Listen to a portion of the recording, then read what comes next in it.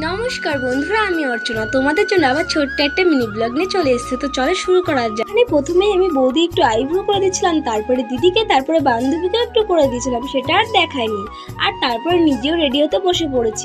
কেন রেডি হচ্ছে সেটা তো তোমরা সবাই জানো, কারণ সোনামার মুখে পোষাতে রাতের অনুষ্ঠান, আর তার জন্যই কিন্তু দিদিদের একটু রেডি করে দিচ্ছিলাম। আর আমি নিজেও একটু রেডি হচ্ছিলাম। আর দেখো আমার দিদিগুলো কত কিউট।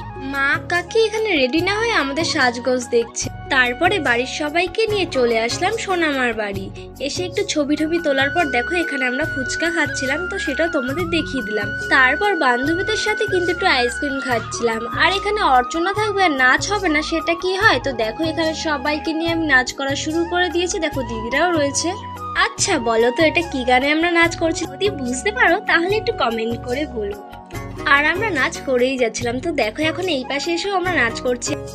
তো দেখো আমরা কিন্তু নাচ করেই যাচ্ছি। আর নাচ করতে করতে কিন্তু 12টা বেজে গেছিল। আর তারপরে আমাদের নাচ বন্ধ হলো। তো দেখো এখানে লাস্ট ব্যাচ আমরাই রয়েছি আর বসেও পড়েছি।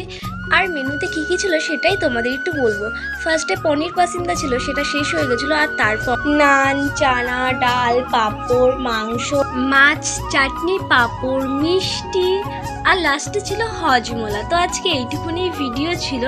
যদি ভালো লাগে লাইক, কমেন্ট, শেয়ার করে দিও। নেক্সট ভিডিও নিয়ে আবার আসছি। টাটা।